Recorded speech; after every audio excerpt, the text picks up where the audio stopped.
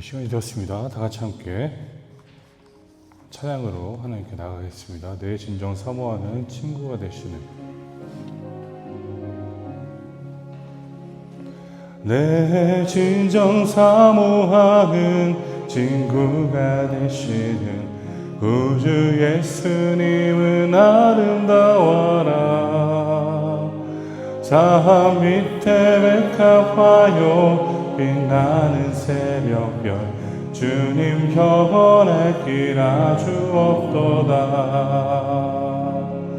내 마음이 아플 적에 큰 위로 되시며, 나 외로울 때 좋은 친구라. 주는 저 산 밑에 백합 빛나는 새벽별, 이 땅 위에 비길 것이 없도다. 내 몸의 모든 염려, 이 세상 고난감 나와 항상 같이 하여 주시고, 시험을 당할 때에 악마에게 요를 즉시 물리치사 날 지키시네. 온 세상 날 버려도 주 예수 안 버려 끝까지 나를 돌아보시니. 주는 저 산 밑에 백합 빛나는 새벽별, 이 땅 위에 비길 것이 없도다. 내 마음을 다하여서 주님을 따르며 길이 길이 나를 사랑하리니. 물불이 두렵지 않고 장검이 없네. 주는 높은 산성 내 방 되시라. 내 영혼 먹이시는 그 은혜 누리고, 나 아침이 주를 뵙기 원하네. 주는 저 산 밑에 백합 빛나는 새벽별, 이 땅 위에 비길 것이. 3절 다시 한번 부르겠습니다. 내 마음을 다하여서, 내 마음을 다하여서 주님을 따르면 길이 길이 나를 사랑하리니. 물불이 두렵지 않고 장검이 겁없네. 주는 높은 산성 내 방 되시라.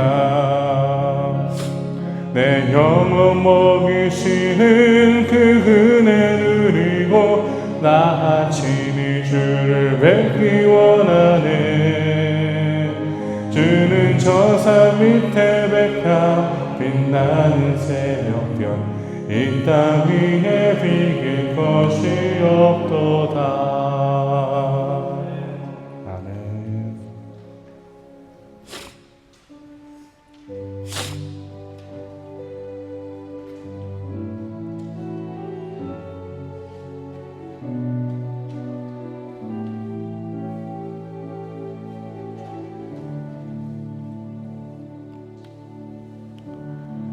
쓰한 성령님 마음으로 보내. 내 몸을 감싸며 주어지는 평안함, 만족함을 느끼네. 사랑과 진리에, 사랑과 진리에 한 줄 입이 보내. 내 몸을 감싸며 주어지는 평안함, 그 사랑을 느끼네. 부르신 곳에서 나는 예배하네.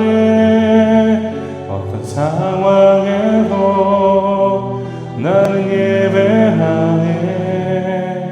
부르신 곳에서 나는 예배하네.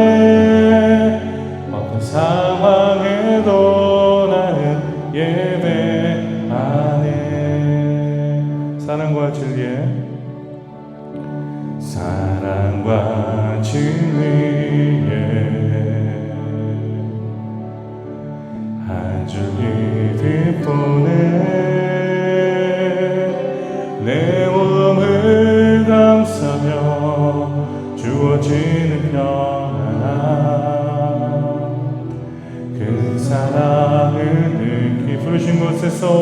부르신 곳에서 나는 예배하네.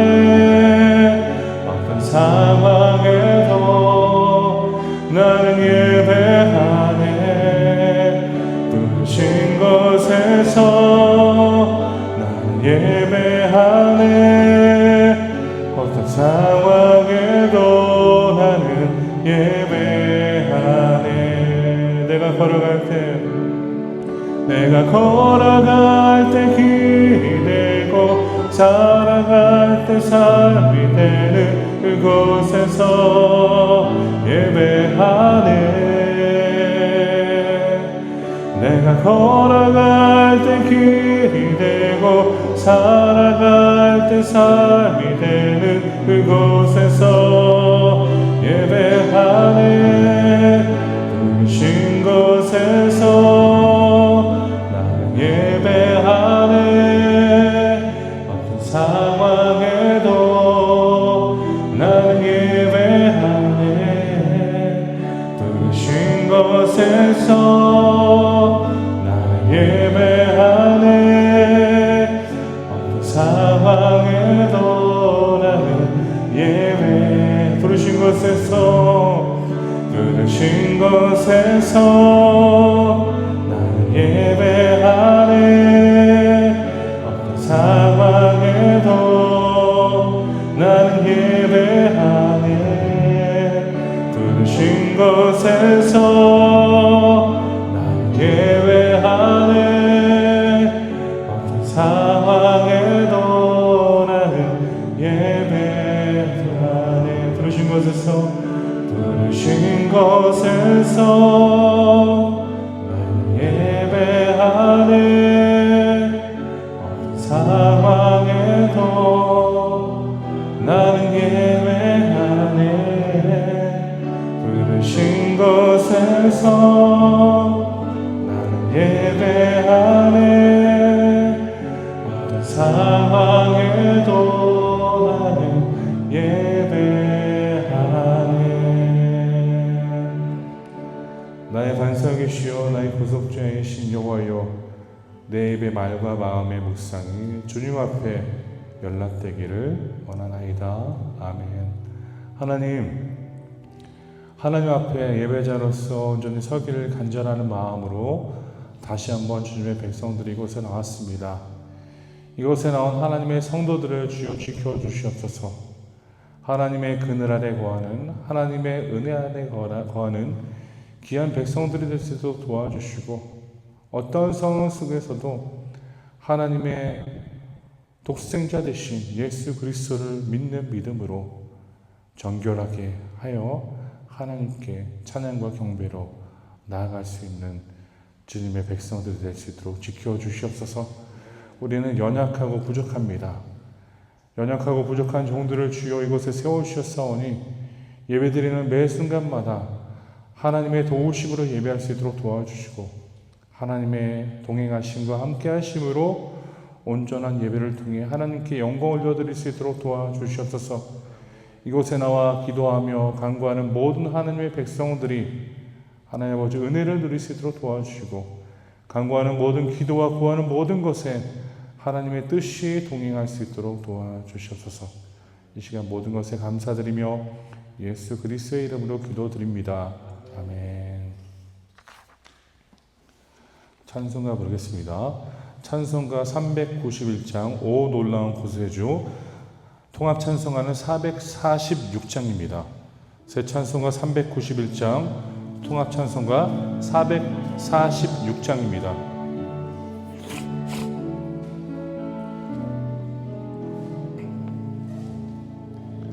오 놀라운 구세주 예수 내 주, 잠든 벽에 주시로다. 큰 바위 밑 안전한 그곳으로 내 영혼을 숨기시네. 메마른 땅을 종일 걸어가도 나 피곤치 아니하며 저 위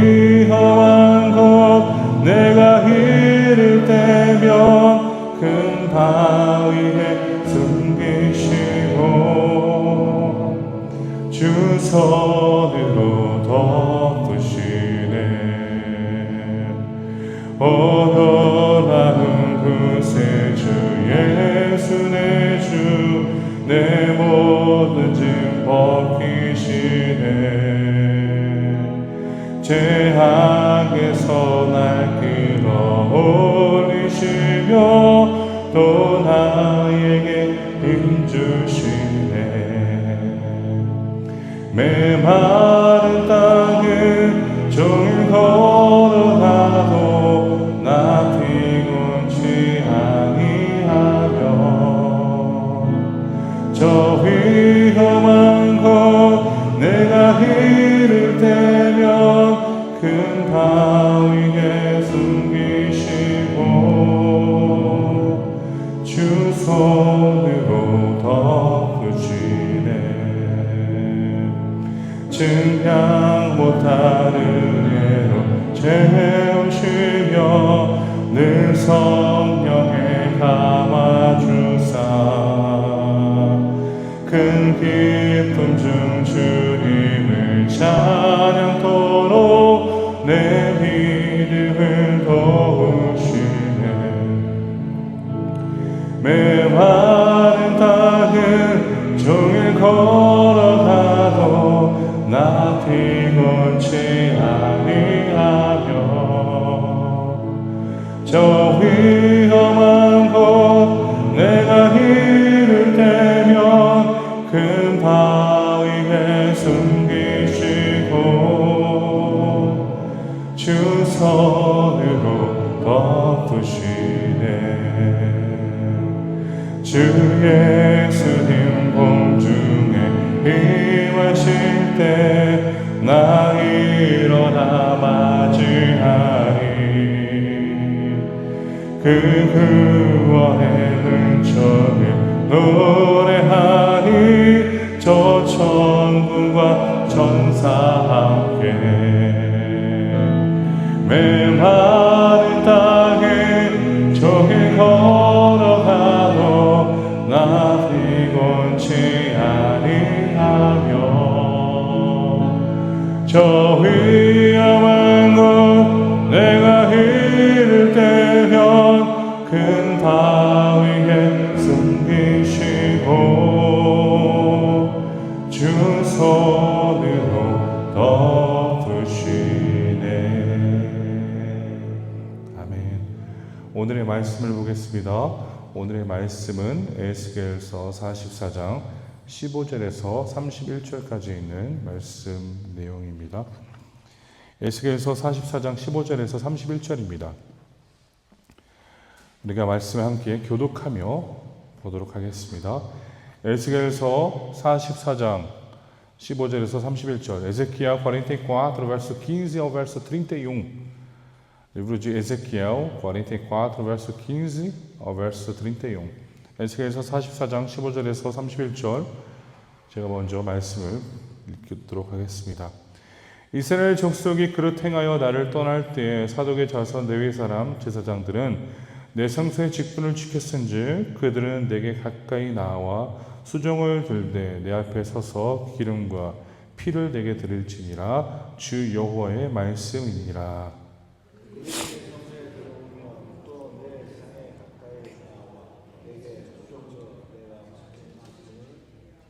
그들이 안뜰 문에 들어올 때에나 안뜰 문과 성전 안에서 수종 쓸 때에는 양털 옷을 입지 말고 가는 베옷을 입을 것이니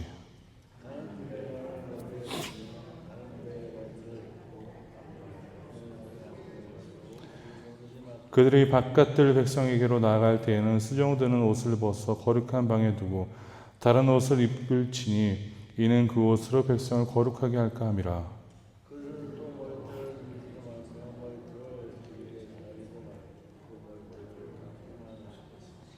아무 제사장이든지 안뜰에 들어갈 때에는 포도주를 마시지 말 것이며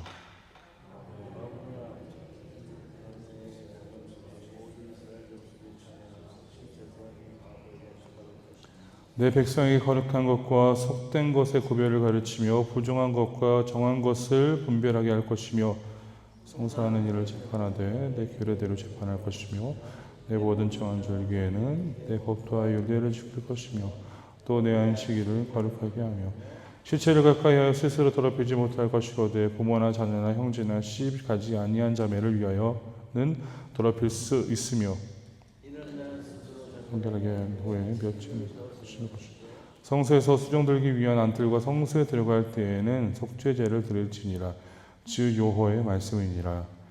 그들에게는 기업이 있으리니 내가 곧 그 기업이라. 너희는 이스라엘 가운데서 그들에게 산업을 주지 말라.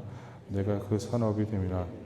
그들은 소제와 속죄제와 속건제의 제물을 먹을지니 이스라엘 중에서 구별하여 드리는 물건을 다 그들에게 돌리며 또 각종 처음 익은 열매와 너희 모든 예물 중에 각종 거저 제물을 다 제사장에게 돌리고 너희가 또 첫 밀가루를 시선에게 주어 그들에게 내 집에 복이 되도록 하게 하라. 다 같이 읽겠습니다. 새나 가축이 저절로 죽을 것이나 찢겨서 준 것은 다 제사장이 먹지 말 것이니라. 아멘. 그래서 우리가 에스겔서 말씀 내용을 보고 있는데요. 에스겔서 말씀 내용을 보면요, 유다 백성들이 죄악과 우상 숭배 때문에 예루살렘이 멸망하고 성전이 파괴되는 것을 경험한 세대의 사람들이다라고 볼 수 있습니다. 특히 에스겔 8장에서는요, 성전 안에서조차 우상 숭배가 이루어지는 충격적인 모습들을 말씀은 묘사하고 있습니다. 결국 그것을 통하여서 하나님의 영광은 성전을 떠났고 예루살렘은 바벨론에 의해 무너졌습니다. 그러나 에스겔 40장 이후 하나님은 새로운 성전과 새로운 예배의 질서를 보여주시며 에스겔에게 환상을 통해 하나님이 이스라엘 백성들을 다시 세우실 것을 약속하는 것을 우리는 말씀 내용을 통해 볼 수 있습니다. 오늘 말씀에 등장하는 15절의 내용은요, 이스라엘 족속이 그릇 행하여 나를 떠날 때 사독의 자손이라고 합니다. 사독의 자손 뇌의 사람 제사장들은 이라는 말씀 내용을 기록하고 있죠. 사독은요, 아론의 아들 엘라살의 계통의 제사장이었습니다. 그리고 다윗 시대의 사독은 다윗에게 충성했고 압살롬의 반역과 아도니아의 왕위 찬탈 과정에서도 다윗과 솔로몬의 정통을 지지했습니다. 결국 그들은 매 순간마다 충성된 하나님의 제사장 가정으로서 살았다는 것입니다. 오늘 말씀이 이것을 우리에게 가르쳐주고 있습니다. 하나님의 일꾼은요, 시대가 타락할수록 더욱 하나님을 바라보며 충성된 자로서 서야 된다는 것입니다. 우리가 살아가는 이 시대가 얼마나 타락한 시대인지 성도님들도 느끼시고 계실 것입니다. 어떠한 교회에서는요, 최근에 동성애를 옹호하는 자들이 모여서 함께 예배를 드리는 그러한 장면도 우리는 보고 있습니다. 동성애자들 함께 모여서, 심지어 목사라고 자칭하는 자가 그곳에서 동성애를 옹호하며 주례까지 서는 그러한 모습, 우리가 이 세상 속에 얼마나 타락한 장면들을 보면서 신앙생활하고 있는지를 성도님들도 느끼실 것입니다. 갈수록 그리스도인들에 대한 탄압이 강해지고 있습니다. 요즘은요, 성도님들이 만약 보시면요, 공원에 가서도 복음을 전하려고 할 때요, 쉽지 않습니다.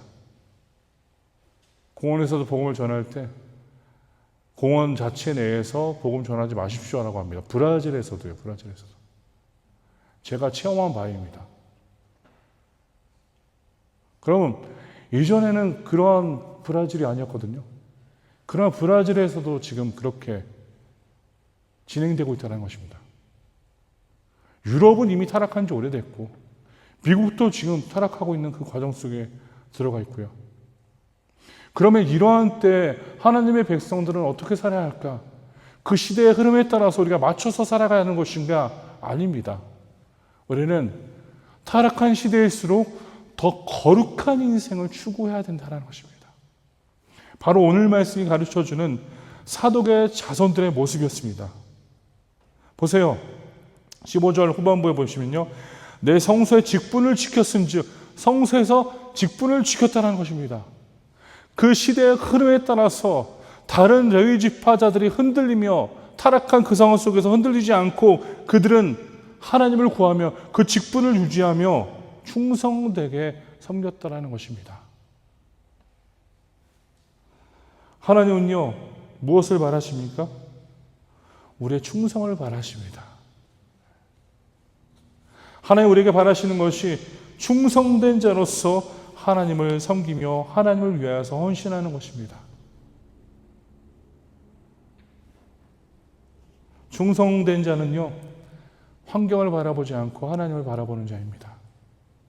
사람들이 하나님을 떠났다고 해서 그 시대의 흐름이 지금 하나님을 떠나는 추세라고 해서 떠나는 자들이 아닙니다. 그 시대의 흐름을 역으로 따를 수 있는, 하나님의 뜻을 따를 수 있는 자들이 충성된 사람이다라고 우리는 볼 수 있습니다. 때로는 교회가 어려우면 어려워질수록 교회를 멀리하려는 자들이 있습니다. 그렇지 않습니까? 교회에 어려움이 있고 교회에 고통이 있으면 나는 그 교회 가지 않을래. 그 어려움이 있고 고통이 있는데 뭐하러 그 교회 갈까? 아닙니다. 그럴 때일수록 더 충성된 자들이 자리를 지키며 더 예배의 자리를 사모하는 마음으로 나와야 합니다. 교회가 평안할 때요, 교회가 기쁠 때요, 그 예배는요, 그 어느 누구나 참여할 수 있는 예배입니다. 그러나 교회가 어렵고 힘들 때 예배 참여한다는 것은요, 진정 그 안에 충성된 마음이 없다면 불가능하다는 것입니다. 우리는 다시 한번 이 말씀을 통하여서 사독의 자손 레위 사람들을 다시 한번 우리는 닮기를 간절히 소원합니다.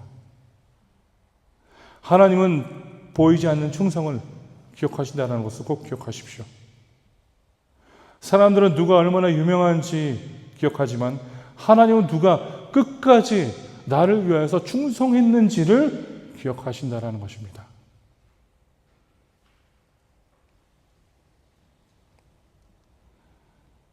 우리는 교회가 어려울 때 떠나는 사람이 되지 않기를 간절히 소원합니다. 어려울 때 더욱 말씀을 붙잡고 하나님을 붙잡는 인생이 되십시오. 어려울 때일수록 더 하나님을 구하는 한 분 한 분이 되시기를 간절히 소원합니다. 두 번째로는요, 이 말씀 내용을 보면 하나님의 일꾼은 하나님께 먼저 봉사하고 그 후에 사람을 섬기는 것이다 라고 이해할 수 있습니다. 하나님의 질서가 있습니다. 하나님의 질서는 무엇입니까? 하나님께 먼저 나아가는 것입니다. 하나님을 먼저 섬기는 것입니다. 하나님 앞에 온전히 서는 자가 섬길 수 있는 것이고, 하나님 앞에 온전히 선 자가 온전한 섬김의 도구로 쓰임받을 수 있다는 것입니다. 말씀을 보십시오. 16절을 보시면요, 그들이 내 성소에 들어오며 또 내 상에 가까이 나와 내게 수종들어 내가 맡긴 직분을 지키되라고 말씀은 표현하고 있습니다. 내게 가까이 나를 섬기며 내 앞에 서서 나를 섬기며 라고 말씀은 반복적으로 이야기하고 있습니다. 제사장의 사역은 궁극적으로 사람을 위한 직업이 아닙니다. 하나님을 위한 직업이다라고 우리는 이해할 수 있습니다. 마찬가지입니다. 우리는 사람들을 위해서 살아가는 존재들이 아닙니다. 우리는 하나님을 위하여서 살아가는 존재들이다라고 이 말씀을 통해서 우리는 볼 수 있다는 것입니다.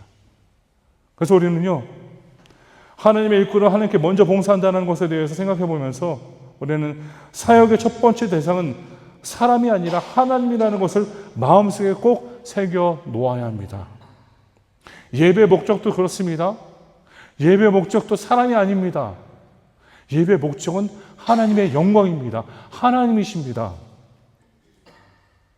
때로는 우리가 그렇게 생각하지 않습니까? 예배를 드리면서 오늘은 예배가 나에게 참 기쁨이 됐어. 오늘은 예배가 별로였어. 왜 별로라고 생각하실 때가 있습니까?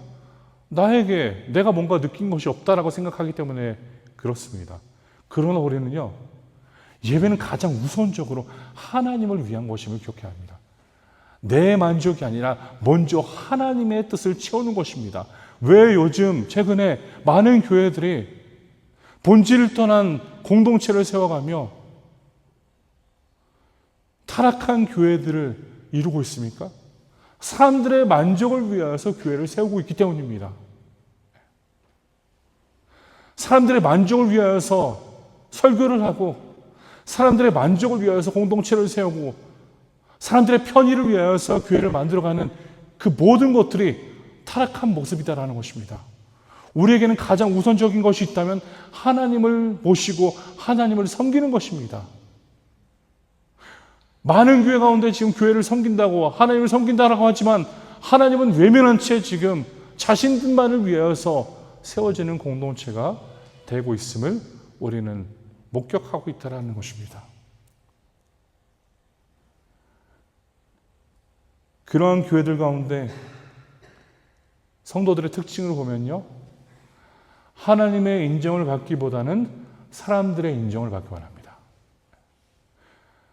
하나님의 인정을 받아야 되는 하나님의 백성들이 하나님의 인정을 구하지 않고 사람들의 인정을 구하고 있습니다.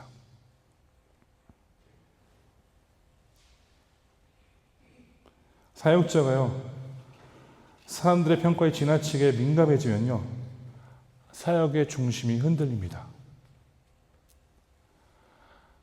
사역자도요, 하나님의 말씀에 민감하게 반응하며 하나님의 말씀의 모든 것을 중심으로 삼고 섬겨야 된다는 것이죠. 마찬가지입니다. 여기 계시는 모든 성도님들이 하나님을 중심에 두시고 모시는 공동체가 우리가 되어야 된다는 것입니다. 사람이 나를 어떻게 평가하는가, 그것은 중요하지 않습니다. 하나님이 나를 어떻게 평가하고 있는가, 그것이 소중하다는 것이죠. 하나님께 가까이 가는 것이 우리에게 가장 소중하다는 것을 다시 한번 마음속에 꼭 새겨두시기를 간절히 소원합니다. 하나님께 가까이 나가는 것입니다. 우리가 이 새벽에 모여서 기도하고 간구하는 것은 무엇입니까?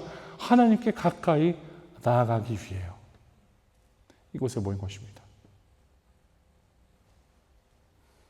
사람들에게 보여주기 위해 지금 우리는 예배에 나온 것이 아닙니다. 그렇지 않습니까?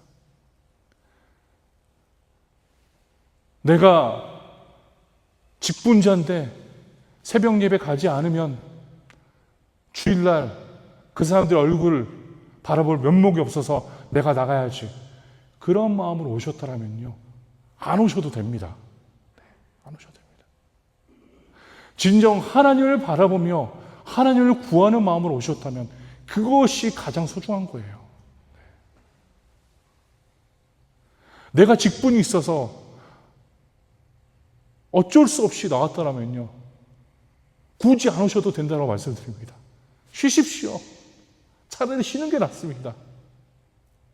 그러나 나오셨다라면 하나님의 은혜를 누리십시오. 하나님을 바라보면서 하나님을 중심에 두시고 하나님께 나아가는 마음으로 예배를 드리시기를 간절히 소원합니다. 세상은 어떻게 사역을 평가합니까? 사역을 평가할 때 그 교회가 얼마나 성장했는가, 그 교회가 몇 명의 사람이 모이는가라는 것을 통해서 세상은 평가합니다. 그러나 하나님은 그렇게 평가하시지 않습니다. 하나님은 어떻게 평가하십니까? 그 교회가 진정 하나님 앞에 서 있는 교회인가, 그리고 그 성도들이 진정 하나님을 향하여서 나아가고 있는 성도들인가라는 것에 대해서 이야기하며 그것을 통해서 평가하신다는 것입니다. 간절히 바랍니다. 여기 계신 우리 교회 성도님들은 예배에 성공하는 하나님의 백성들이 되시길 간절히 소원합니다. 예배에 성공한다는 것은 무엇입니까? 하나님과 관계 속에서 성공을 의미합니다. 하나님과 관계 속에서 성공하는 인생은요, 이 세상 속에서도 성공할 수 있는 인생이 됩니다. 왜 그럴까요? 모든 것에 하나님을 의지하며 하나님을 바라는 마음으로 살아가기 때문입니다. 그래서 오늘 말씀 내용을 보십시오. 28절의 내용을 보시면요, 이렇게 기록합니다. 그들에게는 기업이 있으리니 내가 곧 그 기업이라. 사독 제사장들에게 하나님이 말씀하시는 바입니다. 28절. 우리가 보면요, 17절에서 27절까지 내용은 레위기에서 기록한 내용과 동등합니다. 비슷합니다. 그러나 오늘 28절 또한 내용을 보면요, 그들에게 기업이 있으리니 무엇이 기업입니까? 하나님이 기업이다라는 것입니다. 제사장들은 그 지파들의 분배 속에서 참여하지 않았잖아요. 그래서 하나님이 그들의 기업이 될 것이다라고 말씀하시잖아요. 다시 한번 말씀이 반복되고 있습니다. 이것을 통하여서 물론 성도님들이 그렇게 생각할 수 있습니다. 나는 목사가 아닌데 나는 이 말씀에 해당되지 않다라고 생각하실 수 있겠지만 우리에게 해당되는 말씀입니다. 우리 모두가 하나님의 앞에 제사장이잖아요. 너는 택한 족속이요 왕 같은 제사장이. 우리는 제사장입니다. 그러면 그런 차원에서 우리가 말씀을 보았을 때 우리에게 하나님이 약속하신 기업이 무엇입니까? 바로 하나님이시다라는 것입니다.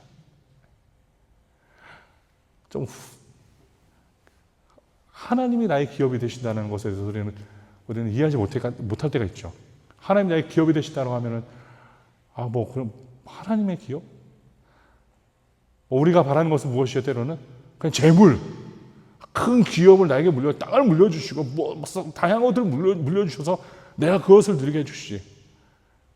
그러나 오늘 말씀 내용은요, 하나님이 우리의 기업이 되어 주신다는 것을 통하여서, 즉 하나님의 역사를 통해, 하나님의 임재를 통해, 하나님의 동행하심을 통하여서, 하나님의 도우심을 통하여서 살아가는 존재다라는 것을 말씀 보여주고 있습니다. 그래서요, 우리 교회 성도님들은요, 하나님의 귀한 기업을 유산으로 품고 살아가는 귀한 성도님들이 되시기를 간절히 소원합니다. 항상 말씀드리잖아요. 성도님이 자녀들에게 물려줄 것이 없다고 해서 마음 아파하지 마십시오. 우리가 물려줄 것이 있습니다. 무엇입니까? 믿음의 유산입니다. 이것보다 더 소중한 것이 없습니다.